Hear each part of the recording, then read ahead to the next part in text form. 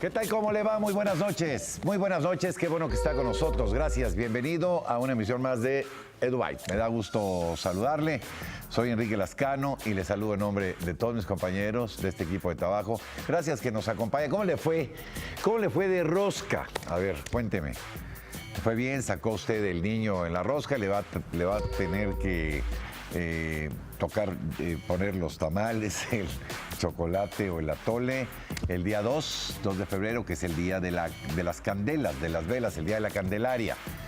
Eso marca la tradición, pues, ¿no? Bueno, pues si le tocó, hágalo con gusto, porque es una tradición centenaria, ¿no? Milenaria, y pues es un buen pretexto para reunirse con sus seres queridos. Así es que, bueno, pues les saludamos ya en esta semana. Ya estamos en la primera semana del año, con mucho ánimo, con muchas ganas, con mucho optimismo. Nos va a ir muy bien, vamos a tener muchas cosas, pero sobre todo, que es lo que siempre le hemos deseado, salud, amor y trabajo. Son las cosas principales en la vida.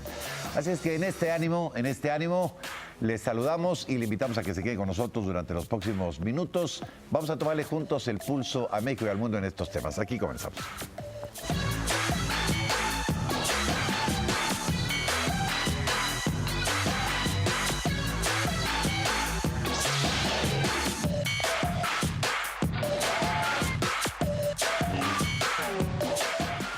Bueno, pues regresaron los chavos a la escuela. Ya esta mañana más de 25 millones de alumnos de educación básica regresaron. 25 millones, ¿eh? Mire, hay muchos países en el mundo que no tienen esa población total. Entonces, como país que podamos, pues yo creo que podemos sentirnos muy contentos de que vayan tantos millones de chavos a la escuela. De veras, créame, cuando uno piensa en estas cosas de, estamos mal acá, estamos mal, no hay país que esté bien del todo, ¿eh? Todos los países tienen sus problemas, sus problemáticas, ¿no? Pero cuando nosotros, como país, me refiero a los mexicanos, tenemos la posibilidad, como sociedad, como gobierno, como usted guste verlo, de que vayan más de 25 millones de chavos en este nivel escolar, de veras nos tenemos que sentir contentos. De veras nos tenemos que sentir contentos. Y le hablo de más de 200,000 escuelas en todo el país. Es una buena cifra, créame usted. Este día terminan las vacaciones decembrinas. Atrás quedaron las noches de desvelo y los días de despertarse tarde. A partir de hoy, más de 25 millones de estudiantes y alrededor de 1.2 millones de maestros de educación básica nuevamente hacen suyas las más de 226,000 escuelas públicas y privadas de México para continuar con el ciclo escolar 2018-2019. ¿Cómo retomar de la mejor forma las actividades académicas? La especialista en psicología infantil, Claudia Sotelo, nos comparte algunas recomendaciones. Además de regularizar los horarios, es importante empezar a hablarle a los niños, ¿no? De que van a volver a la escuela, de que se acabaron las vacaciones, ¿no? Y de que todo vuelve a la rutina, sobre todo a los más pequeñitos, ¿no? O sea, niños de nivel preescolar, ¿no? Que pareciera como que ellos en su mente, en su pensamiento entienden que como ya estuvieron, ¿no? 15, 16 días de vacaciones, pareciera como que la escuela se acabó. La directora del Centro de Especialización en Estudios Psicológicos de la Infancia detalla que en este proceso los padres de familia deben ser flexibles en aspectos como los horarios de sueño, de comida o de tareas. Sin embargo, las reglas no deben eliminarse. Lo ideal es ser flexibles, pero firmes. Como adultos tener la conciencia y la calma, ¿no? De no empezar a regañar a los niños o volver esto en una batalla, porque el primer día será complicado y seguro el lunes, martes, ¿no? El miércoles el niño ya tendría que estar listo en su rutina habitual. Después de haber celebrado la Navidad y el Año Nuevo, alrededor de 1.9 millones de jóvenes también continúan sus estudios de capacitación para el trabajo, así como más de 88,000 alumnos de escuelas normales. A ellos se suman 9.2 millones de estudiantes de educación media superior y superior en todo el país. que también disfrutaron de este periodo vacacional. La Universidad Autónoma Metropolitana también reanuda hoy sus actividades académicas, de investigación y de difusión cultural. El Instituto Politécnico Nacional retomará labores el 21 de enero, mientras que la Universidad Nacional Autónoma de México lo hará el 28 de enero. En el ciclo escolar 2018-2019, 36.6 millones de alumnos completan la matrícula del Sistema Educativo Nacional, al que asisten a más de 258,000 escuelas, con el apoyo de más de 2 millones de profesores.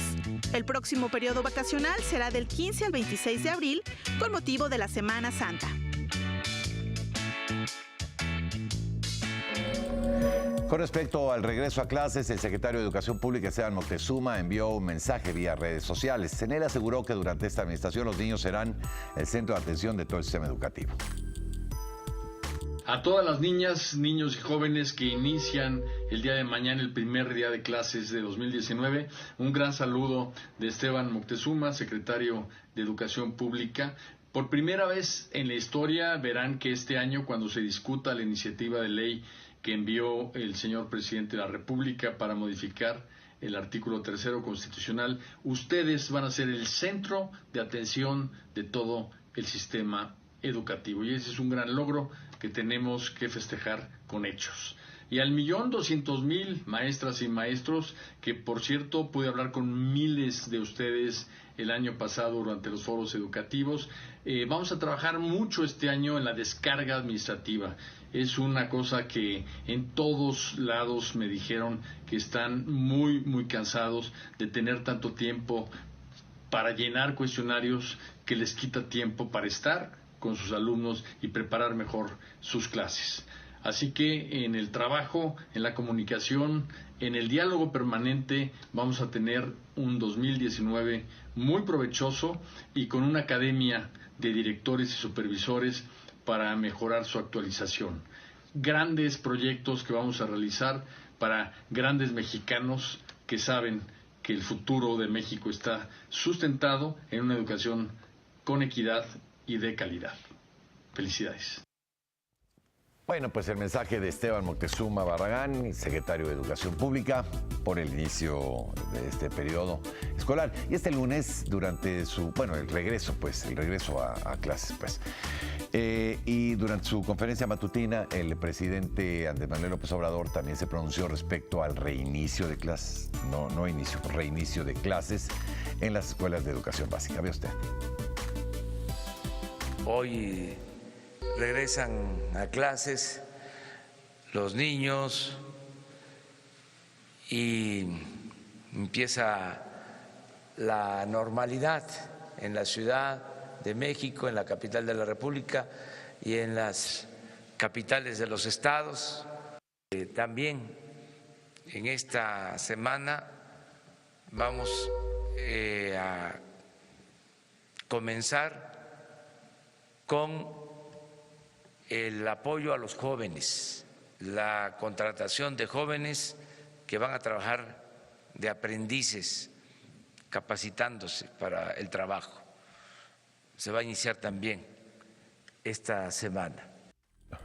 En la Universidad Nacional Autónoma de México también han retomado actividades esta mañana. Regresaron a sus labores personal, administrativo y docente. De igual forma, reiniciaron su ciclo escolar los alumnos de los planteles de la Escuela Nacional Preparatoria, del Colegio de Ciencias y Humanidades, así como algunas licenciaturas como Medicina y Odontología. El resto de las licenciaturas que cuentan con plan de estudio semestral iniciarán labores hasta el próximo 28 de enero. Por otra parte, los recintos universitarios, principalmente los museos, retornarán a sus tareas en el transcurso de esta semana. Miren, más de 58 millones de niños en el mundo no tienen acceso a la educación. Por eso les decía que era importante que nos sintiéramos orgullosos de esto. Uno de los derechos fundamentales para garantizar una vida plena y el desarrollo integral de cualquier ser humano. En nuestro país, esta es una de las misiones del gobierno federal, consolidar un sistema educativo con equidad, inclusión y calidad para niños y jóvenes. Vea usted el siguiente trabajo especial que hemos preparado.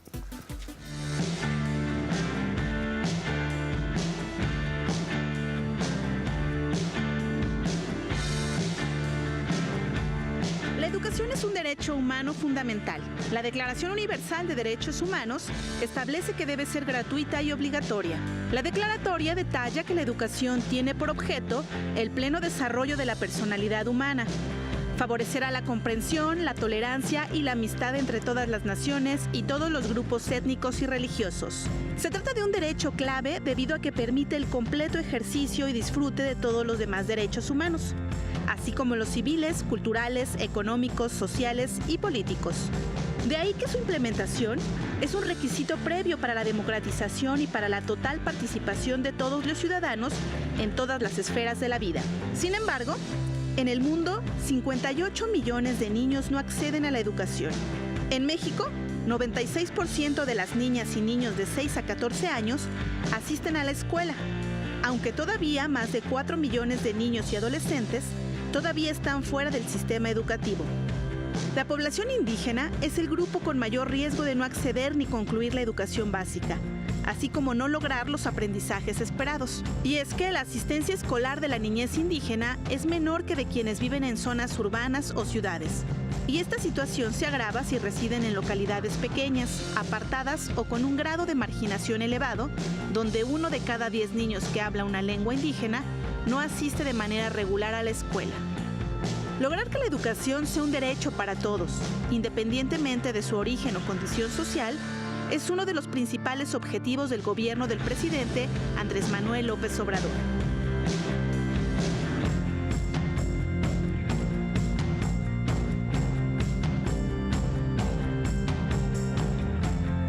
En la iniciativa de reforma al artículo 3 de la Constitución, que hace unas semanas se envió a la Cámara de Diputados, se establece que la educación será equitativa y que el Estado aplicará una política educativa incluyente a fin de combatir las desigualdades sociales, de género y regionales.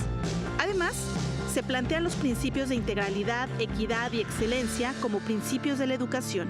Durante el periodo de transición, el secretario de Educación Pública, Esteban Moctezuma Barragán, dijo que se destinarán mayores recursos para infraestructura educativa en escuelas indígenas y multigrado. Además que se ampliará la cobertura y se mejorará la formación de profesores en las escuelas normales. Una de las prioridades del nuevo gobierno es incorporar el enfoque de interculturalidad, promoviendo la diversidad cultural y lingüística, además de atender la educación especial para menores con alguna discapacidad.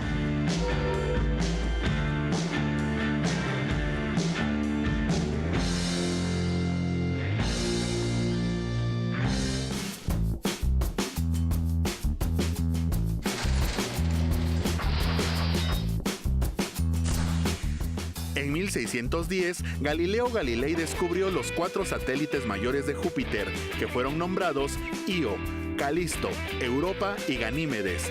En su honor, son también llamados satélites galileanos.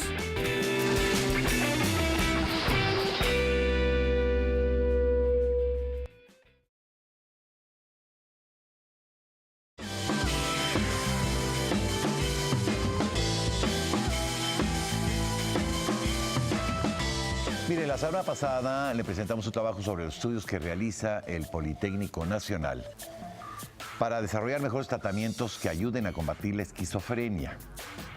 Es que es un problema muy delicado.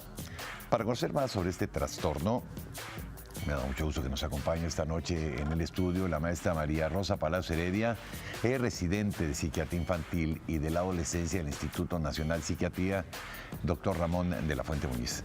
¿Cómo le va, maestra? Buenas noches. Bien, gracias. Buenas noches. Gracias por acompañarnos. Gracias a ustedes. La esquizofrenia es un problema de salud mental muy delicado y que frecuentemente quien ha estado cerca de un problema de esquizofrenia o en la familia o con los amigos, uno se da cuenta que estos problemas no solamente afectan a la persona que los tiene, sino con gran frecuencia a todo su entorno, a la familia, tal. Claro. ¿Por qué es tan delicado el problema, maestra? Cuénteme. Bueno, la esquizofrenia es un trastorno mental. Es poco prevalente en la población, afortunadamente. Sí. Sin embargo, a pesar de que de 3 a 4 personas en 100,000 lo presentan, la discapacidad aunada a la esquizofrenia es importante. Y en este sentido, otros problemas como el acceso a la atención, también la difusión y el estigma tienen una influencia muy importante. En este sentido, las personas que presentan esquizofrenia en edades tempranas o incluso en la edad adulta temprana tienen una gran dificultad para poder no solamente diagnosticar el problema, sino tratarlo de una forma secuencial, y esto incide de una forma directa sobre la funcionalidad del paciente. La funcionalidad entonces también nos impacta en la cronicidad. Y la cronicidad nos lleva a que estas personas no tengan una función de inserción en la sociedad como debería de ocurrir con otras discapacidades. Se sabe que a nivel mundial es la 8ª causa de discapacidad en el mundo y que las personas desafortunadamente que la experimentan, además de tener dificultades en cuanto a la economía para acceder a un tratamiento adecuado, también están frenadas por el estigma. E incluso la educación familiar en cuanto al problema también es una barrera importante. Es que hay otro tipo de discapacidades físicas o mentales que, pues, sin ser a lo mejor un gran experto, no se pueden tratar en casa. ¿No? Esta requiere un tratamiento con especialistas del tema. ¿Hay alguna relación entre padecer esquizofrenia y la violencia, maestra? Ok, sí, mucho se dice, sobre todo en los medios de comunicación, que los pacientes con esquizofrenia pueden llegar a ser violentos. La realidad es que hay otros trastornos mentales que están más relacionados con violencia, sobre todo los trastornos de personalidad y los trastornos del afecto. Hablando ya más específicamente del trastorno bipolar, está mucho más relacionado con esa parte, pero sí, los medios de comunicación y el estigma nos han hecho pensar que las personas con esquizofrenia pueden llegar a ser violentas. Esto puede ocurrir cuando las personas tienen sobre todo delirios de tipo paranoide, donde se sienten perseguidas y creen que pueden sufrir algún daño.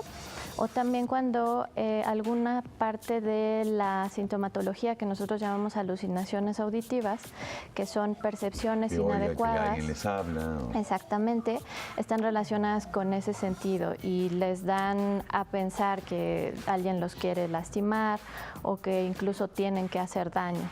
Esto es de una manera, digamos, algo que no pasa en todos los pacientes y que si llega a ocurrir es en un porcentaje muy bajo de pacientes. Entonces podemos pensar que si las personas tienen una atención adecuada, cada vez es menos frecuente que recurran a actos violentos y que se agiten de forma violenta. Maestra, ¿tiene cura la esquizofrenia? La esquizofrenia no tiene cura, es un trastorno crónico. Algunas personas incluso han dado señales y han tenido muchos estudios relacionados con que puede ser un trastorno del neurodesarrollo incluso. Todavía no se es concluyente y que está muy relacionado con cómo algunas conexiones cerebrales se desarrollan desde la gestación. Pero lo que sí sabemos es que es un trastorno multifactorial que está relacionado con la genética y con el ambiente y que si los padres tienen esquizofrenia, digamos, un padre aporta un aumento en el riesgo del 10% y si tenemos 2 padres, esto aumenta la posibilidad a un 40%. De ahí que sea un trastorno, como bien ya lo dijimos, genético, crónico y que difícilmente podamos tratar hacia la cura. Sin embargo, los controles son tan buenos y los medicamentos que se utilizan y los abordajes psicoterapéuticos son tan efectivos que una persona con esquizofrenia puede llevar la vida lo más acercado a lo normal si recibe un tratamiento pronto, si la familia está involucrada y si hay una adecuada psicoeducación y rehabilitación al respecto. Cuando hablamos de que la familia esté involucrada, uno de repente supone que estas cosas operan cuando la persona que padece el problema es un menor. Pero no, me parece que a cualquier edad nos trata que estén involucrados los papás, pueden estar involucrados los hijos, la esposa o el esposo, los padres. Es decir, cuando se refiere usted, maestra, que está involucrado, se refiere al entorno familiar cercano. Claro. ¿Sí? De hecho, es una parte de la rehabilitación psicosocial, que es un pilar del tratamiento en la esquizofrenia, y es educar a la familia y a las personas que rodean al paciente para que puedan entender el padecimiento, ayudarle a que lleve una vida lo más normal posible y además que las personas puedan tener una inserción adecuada dentro de la sociedad. ¿Cuáles son cómo podemos darnos cuenta de que una persona tiene un problema de esquizofrenia, maestra? Hay 4 dominios básicos que están relacionados con las manifestaciones de esquizofrenia. Uno de ellos es la presencia de alucinaciones y delirios. Las alucinaciones son alteraciones en la percepción. En la esquizofrenia los que más predominan son las de tipo auditivo, donde escuchan voces, ruidos, murmullos, que no tienen una fuente en la vida real. Porque no existen, pues no. No existen, esto pasa dentro del mundo interno. Los delirios son ideas que son irracionales y que el paciente cree como verdaderas, como esto. Voy a ir a comprar Palacio Nacional porque me lo van a vender, tal, cosas así, disparatadas, ¿no? Eso va a ser una idea más extravagante. Dentro de lo más común que llegamos a ver es que son personas que se sienten perseguidas, que creen que les van a hacer daño, que están hablando de ellos. Personas cercanas incluso, ¿no? Oye, fulano me quiere... Sí, incluso la familia. hermano, sí. Llegan a pensar incluso que los familiares están... Confabulados. Sí, confabulados y que también, digamos, como que alguien los está cambiando, por así decirlo. También existen delirios que están relacionados con otro tipo de ideas. ¿El otro es delirio de persecución un poco, maestra? Sí, nosotros le llamamos ideas paranoides, ideas delirantes de tipo paranoide.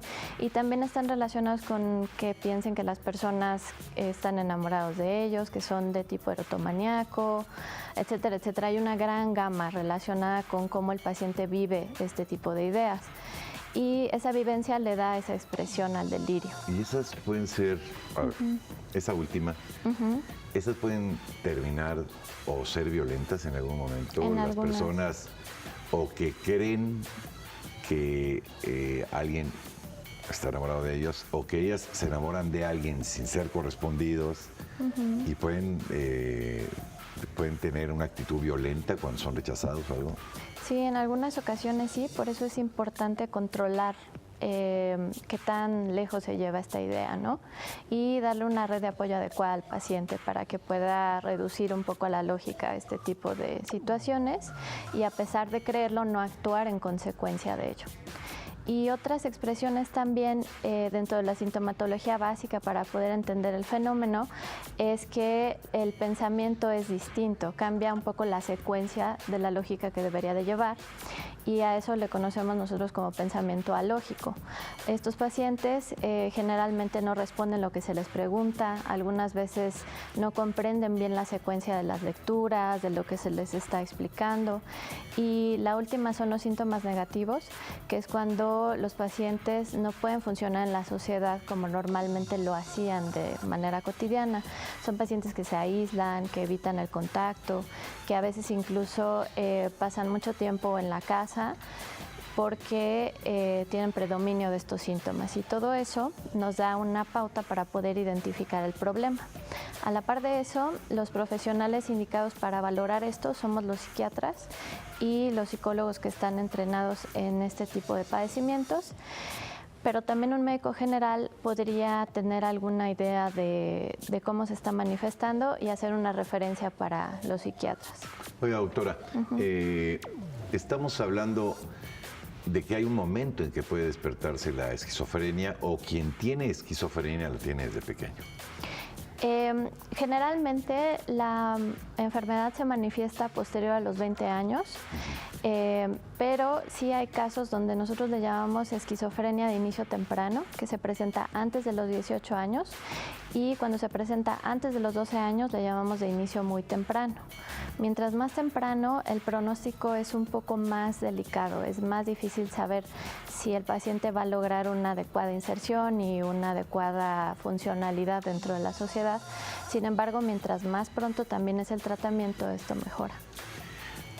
Déjeme hacerle, nos queda un minuto, un par de preguntas. Claro. Tenemos en México la infraestructura, digamos, médica, hospitalaria, en términos de hospitales psiquiátricos, para atender la demanda que hay de esta problemática de salud.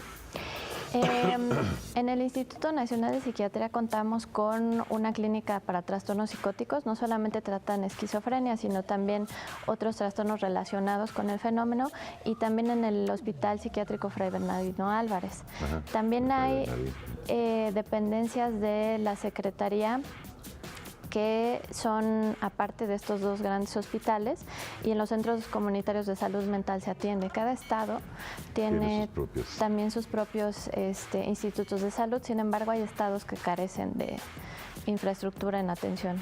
Por último, doctora, hay una leyenda negra de las instituciones de salud en México, ¿no? De la Castañeda, ¿no? Estas clínicas de salud donde pues, las personas que tienen algún problema de salud mental andan, ¿no?, sin ropa o desnudos caminando o sucios. ¿Cómo se ha podido revertir este asunto? Claro, el modelo que se tiene de atención es médico, entonces es muy difícil ver este tipo de tratamientos que se hacían en la antigüedad y que estaban muy mostrados por los medios de comunicación. Esto ya ha cambiado totalmente y el paciente lleva un tratamiento, sí, internado dentro de un ambiente controlado, pero definitivamente no existe... Con dignidad. Sí, claro, no existe maltrato y los pacientes tienen un trato apegado a lo que dictan los edictos internacionales acerca de los derechos humanos. Incluso nosotros recibimos capacitación para evitar este tipo de faltas con los pacientes y cada vez se trata que sea un poco más apegado a un modelo más amigable para el paciente, donde se pueda sentir en libertad de recuperarse sin ningún tipo de presión y que además tome cada vez más decisiones y esté más involucrado en cuanto a su tratamiento. Bueno, hombre, pues ahí tiene usted a la doctora Palacios Heredia, de este instituto muy destacado, ¿no? En homenaje de un médico muy destacado, el doctor de la Fuente Muñiz. Doctora, muchas gracias por haber venido a platicar con nosotros. Le agradezco mucho. Y bueno, pues ahí está. Sepa usted que si hay algún problema cercano en la familia de este tipo, hay instituciones muy profesionales que se dedican a resolver este tema. Vamos a un corte, regresamos, no se vaya. Esto es Ed White. Con el objetivo de contribuir en el rescate de personas heridas durante una catástrofe, estudiantes del Politécnico Nacional crearon un dron detector de firmas de calor. Interesante, ¿no? Vea usted. Estudiantes del Centro de Estudios Científicos y Tecnológicos 1, Gonzalo Vázquez Vela, del Instituto Politécnico Nacional, desarrollaron un dron con sensor infrarrojo que permite detectar firmas de calor. Esto con el objetivo de auxiliar en la localización y rescate de personas atrapadas en un desastre o fenómeno natural. El dispositivo denominado Liberandum Drone fue creado con fibra de carbono que le permite ingresar a ambientes difíciles o temperaturas de hasta 50 grados centígrados. Este también cuenta con una cámara tipo GoPro con sensor infrarrojo y de temperatura que transmite imágenes en tiempo real a un receptor a través de la aplicación GoPoc, a efecto de que el experto que manipule el aparato las analice y contribuya a la toma de decisiones. Nosotros desarrollamos un proyecto llamado Liberandum Drone, que su objetivo principal es un objetivo social, debido a que nosotros vimos que durante los recientes sismos pasados hubo un poco de desorganización en los primeros momentos.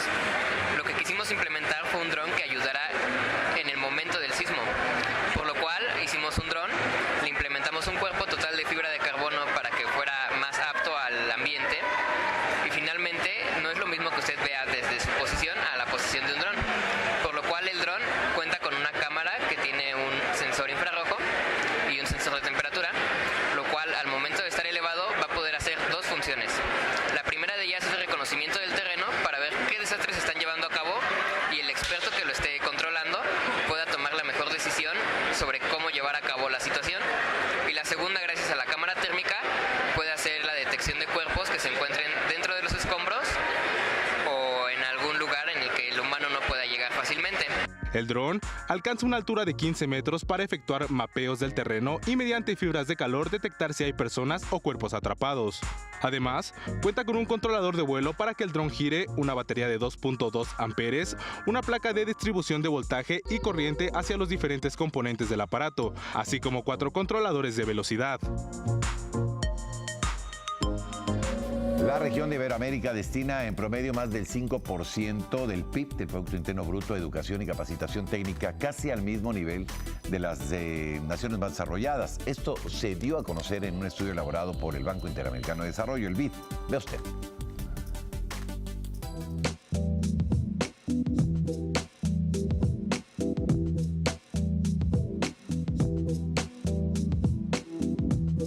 Una de las fuentes principales de financiamiento de los sistemas educativos es, por su propia naturaleza, de carácter público. La inversión pública en educación ha permitido progresivamente expandir los servicios educativos desde los grandes centros urbanos a las zonas rurales.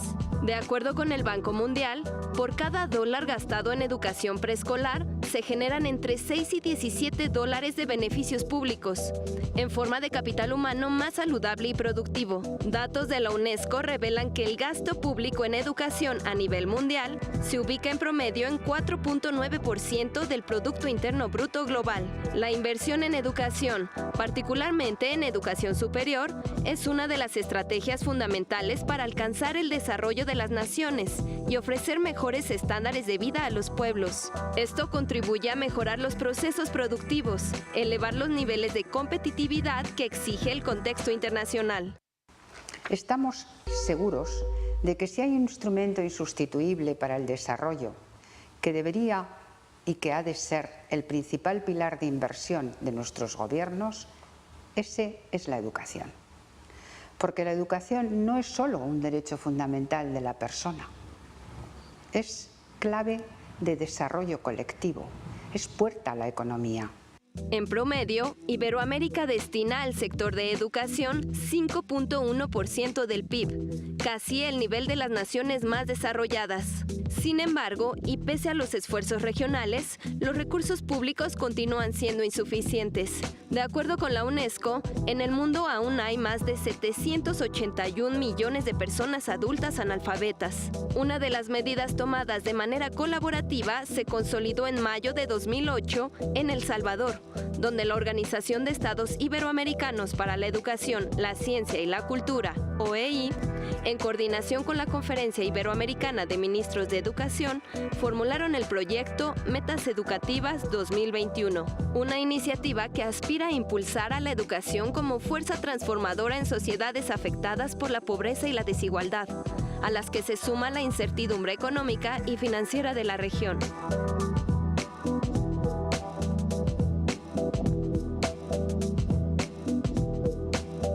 La propuesta incorpora en sus metas dos grandes ejes relacionados con el financiamiento educativo: la movilización de recursos nacionales y la cooperación multilateral. De acuerdo con un informe emitido en 2010 por la Comisión Económica para América Latina y el Caribe, la CEPAL y la OEI, los países de Iberoamérica deberían aumentar el presupuesto educativo en un 0.1% del PIB anual desde el año 2013 para poder financiar el cumplimiento de las metas 2021.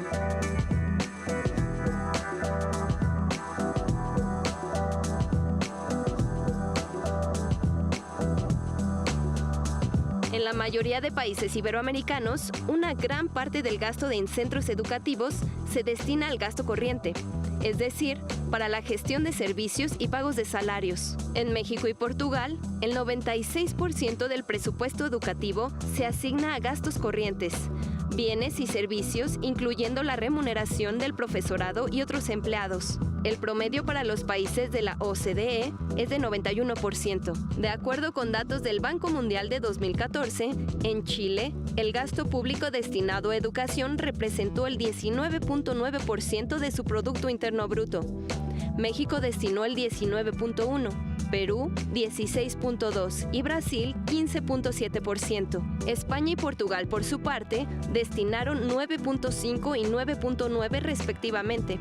En España, sin embargo, la tasa de nacimientos es muy baja, de modo que este indicador no resulta tan relevante como el gasto por estudiante como porcentaje del PIB per cápita.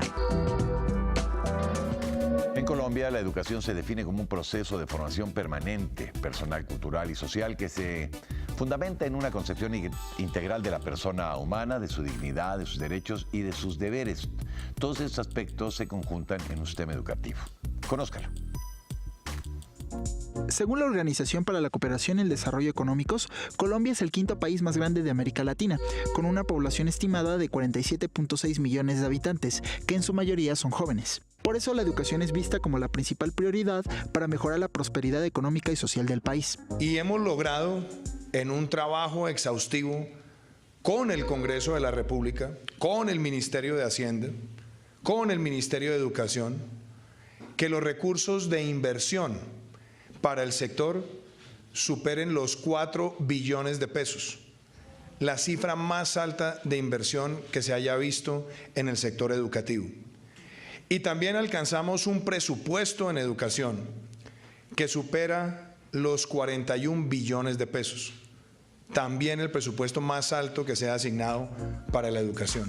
La educación en Colombia es un derecho ciudadano y desde 1991 fue agregada a su constitución como una prioridad para el gobierno. También fue ratificada en la Ley General de Educación de 1994, que dice que todos los colombianos tienen derecho a acceder a la educación para su desarrollo personal y para el beneficio de la sociedad. La educación es una preocupación de todos los colombianos. Todos tenemos que trabajar por una mejor calidad de nuestra educación y tener la mejor atención, la mejor cobertura.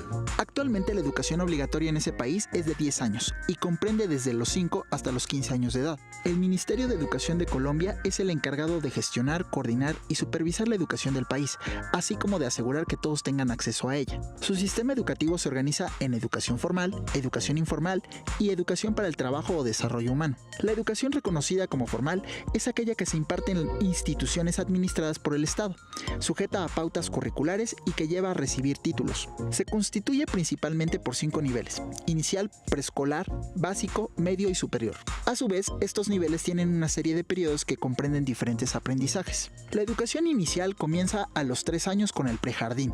A partir de los 4 años se cursa el jardín y a los 5 el preescolar. Posteriormente comienza la educación básica, que comprende los siguientes 5 años de primaria y 4 más de secundaria. 2 años más son para la educación media, mismos que pueden ser tomados en diferentes modalidades como la formación académica general, en el bachillerato académico, con programas de formación y educación vocacional, en el bachillerato técnico o escuelas normales superiores, donde se forman a los futuros maestros. Finalmente, pueden acceder al nivel superior, que inicia con las carreras universitarias que van desde los 2 hasta los 4 años y finaliza con los grados superiores de maestría, doctorado o especialización, que pueden ir desde 1 año hasta los 5. Por otro lado, la educación para el trabajo y el desarrollo humano es ofrecida principalmente por instituciones oficiales y privadas. Los programas cursados conducen a títulos en niveles técnicos y en otras áreas específicas. Se organiza por horas de trabajo o por créditos académicos y no se rige por el sistema formal. Además, se enfocan principalmente a la capacitación para generar expertos en diferentes actividades laborales. Sin embargo, la ley permite que un egresado del sistema formal pueda terminar sus estudios en una entidad de educación para el trabajo y desarrollo humano, debidamente certificada, consiguiendo de esta forma reconocer sus saberes en la educación superior. En cuanto a la educación informal, no está organizada y se refiere a personas e instituciones cuya finalidad no es principalmente la educativa.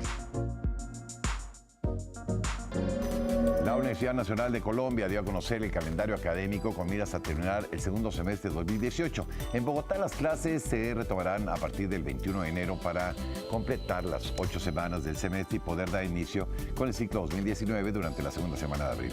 Por su parte, en Medellín, los alumnos regresarán a las aulas el 14 de enero para concluir el semestre a más tardar el 5 de abril. Finalmente, en las sedes de Manizales y Palmira, el reinicio de actividades se hará el 16 de enero y va a finalizar el 9 de marzo. En 2017, la Unión Europea dio a conocer un plan para que en 2025 haya en el continente 20 campus transnacionales. Este busca crear alianzas entre universidades de al menos 3 países diferentes con el objetivo de generar intercambio de alumnos, docentes e investigaciones o investigadores. Gracias a este programa, los estudiantes podrán iniciar su carrera en una nación y concluirla en otro. El plazo para presentar alianzas concluye el próximo 28 de febrero. Los consorcios seleccionados para participar comenzarán con la implementación del programa a finales de año. Y vámonos de ahí hasta Sydney. En Australia se presenta la exposición de arte contemporáneo en interior y exterior del Museo Marítimo Nacional titulado Sobre tiburones y humanidad. La muestra, que contiene el trabajo de indígenas australianos, busca invitar a reflexionar y participar en la protección de los tiburones. Además de los organizadores, buscan que esta exhibición trascienda, por lo que invitan a todos los interesados a sumarse como voluntarios para aprender y compartir el conocimiento sobre esta especie marina. La exposición permanecerá abierta al público hasta el mes de junio. Y continuando con información de Australia, en el Museo Marítimo Nacional se presenta la exhibición del cineasta James Cameron, Desafiando las Profundidades. Fue el que hizo Titanic, para que se acuerde usted. Este trabajo tiene el objetivo de mostrar los avances tecnológicos que el cine ha aportado y cómo es que la ciencia los ha aprovechado para la investigación submarina. Dentro de la exhibición destaca la pieza dedicada a esta película que le comento, en la que se muestra la tecnología desarrollada tanto para la filmación como para exploraciones acuáticas. Desafiando las Profundidades estará disponible al público hasta el mes de mayo. Sí, estaba yo pensando ahora que íbamos al corte, cómo ha habido una... fíjese cómo interactúan, ¿no?, algunas cosas. Me platicaba de esta exhibición de Cameron, ¿no?, donde pues todas estas tecnologías que se utilizaron, muchas de ellas para filmar la película Titanic, ¿no?, hacer las tomas submarinas, todas estas tienen alguna repercusión en el tema científico. Digamos que estas dos actividades, la actividad científica y la actividad cinematográfica, pueden interactuar.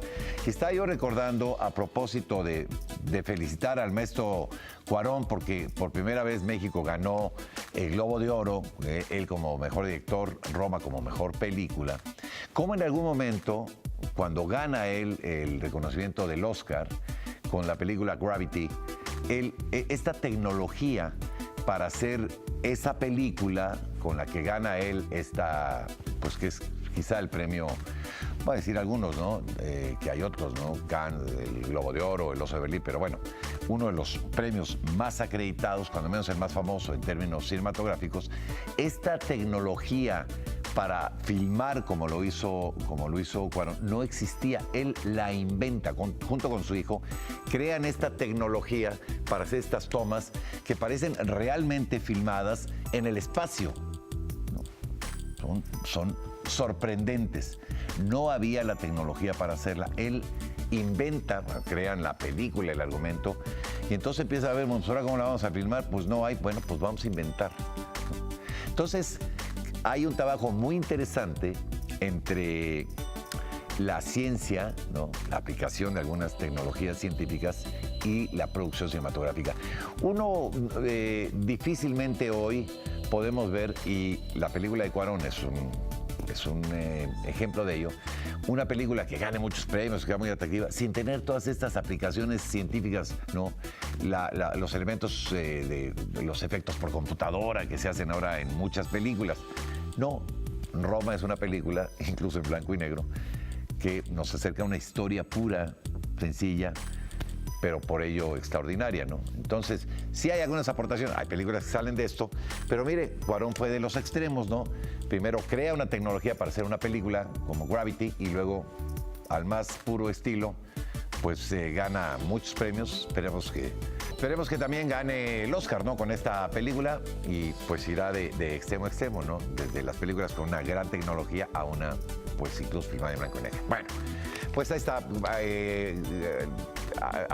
Perdóneme la disgregación, pero bueno, me parecía interesante comentarlo.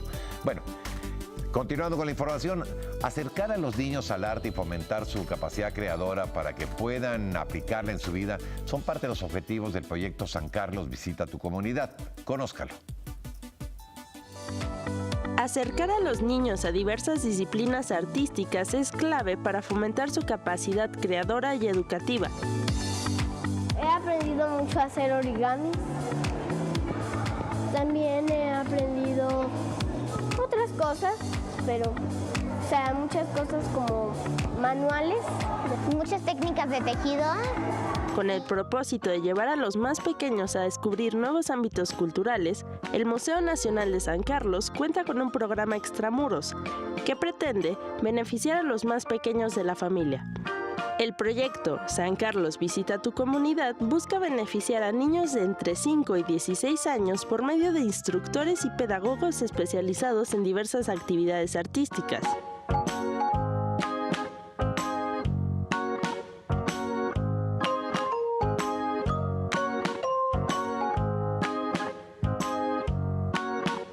A través de un camión museo se presentarán una serie de talleres y servicios educativos que tienen como propósito brindar un panorama general del recinto cultural de Limba. Con los programas La Maleta de San Carlos, Lee Arte, Cómo aproximarse al arte, entre otros, este recinto cultural invita a que los nuevos públicos fomenten interés en las disciplinas artísticas y la lectura, para fortalecer el tejido social de las comunidades, el desarrollo de capacidades creadoras y erradicar todo tipo de violencia social. Es un proyecto por demás ambicioso, es un proyecto que desea realmente poder integrar a esa parte de la población. Como yo les dije, los derechos humanos empiezan por tener derechos, y un derecho fundamental que está en la Constitución es que tengamos derecho a la educación. Y este proyecto es parte de ese derecho fundamental, que tengan educación y que tengan los conocimientos de lo que es el arte. Títeres, libros, clases de cocina, juegos pedagógicos y recreativos viajan desde 2016 en un camión cargado de obras de arte y fotografías, que visita escuelas, parques públicos y comunidades para convertirse en una oportunidad para acercarse a la educación lúdica y cultural.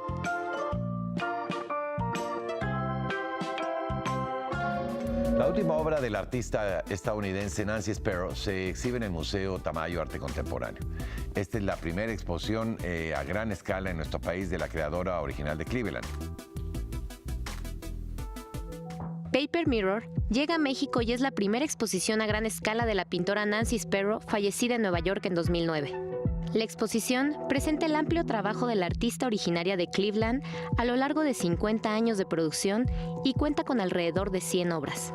Spero fue una feminista de primera generación que buscó justicia social y equidad para las mujeres. Su arte acogió historias de mujeres como víctimas, diosas mitológicas y como agentes de cambio. También construyó una serie de personajes derivados de diferentes épocas y culturas, desde la prehistoria hasta la cultura popular contemporánea. A partir de 1975, comenzó a fabricar placas de sus dibujos para imprimir figuras a mano, lo que le permitió reciclar y situar diversas imágenes, creando un repertorio de la mujer como protagonista. Julie All fue la curadora invitada para esta exposición, que está plagada de las pinturas en papel del artista que por 5 décadas plasmó su mirada sobre la mujer y su relación histórica con la opresión, la tortura, la desigualdad, la guerra y la sexualidad. Para el artista, era indispensable la selección de materiales, forma, temas y formatos, pues tenía relación con alguna postura político-cultural de la época que atravesaba.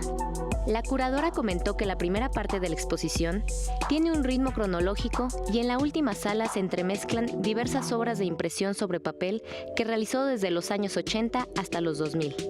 Tras la proyección del video La mujer como protagonista, el arte de Nancy Spero, realizado en 1996 por Irene Sosa, el espectador podrá disfrutar de la más reciente producción del artista.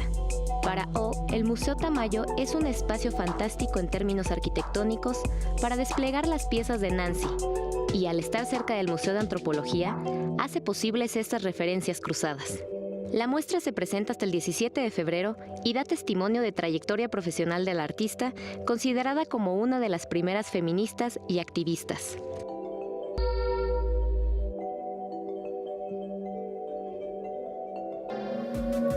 Y en el Museo de Arte de Ciudad Juárez se imparte el programa escolar de visitas guiadas 2019. Vea usted de qué se trata. Chihuahua es uno de los estados de la República Mexicana que resalta por su amplia diversidad cultural y por ser destino de diferentes disciplinas artísticas y turísticas que invitan a la sociedad a participar de manera activa y creativa en la cultura.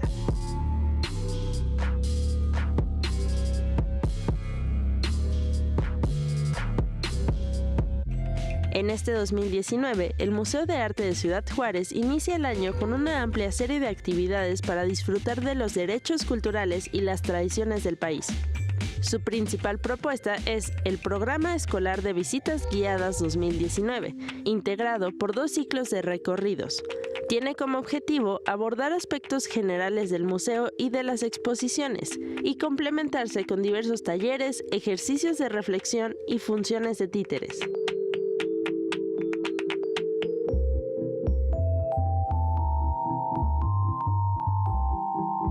En el taller Tu carta a los Reyes Magos, los más pequeños, con ayuda de su imaginación y bajo la coordinación de la pedagoga Minerva Morales, crearon y enviaron su lista de deseos a Melchor, Gaspar y Baltasar. En este curso, los niños y niñas de 4 a 12 años utilizaron técnicas de collage, pintura y grabado para decorar su tarjeta de manera única y personalizada.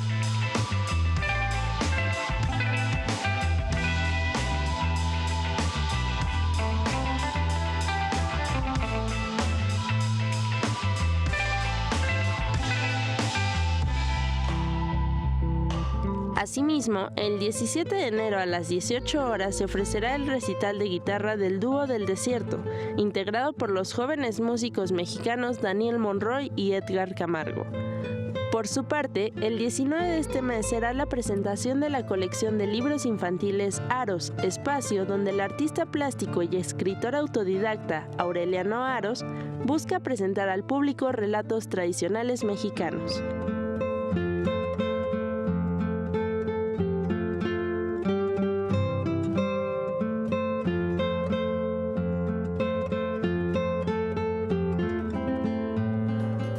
Para conocer más información sobre este recinto cultural chihuahuense, te recomendamos ingresar al portal museodeartejuarez.imba.gov.mx.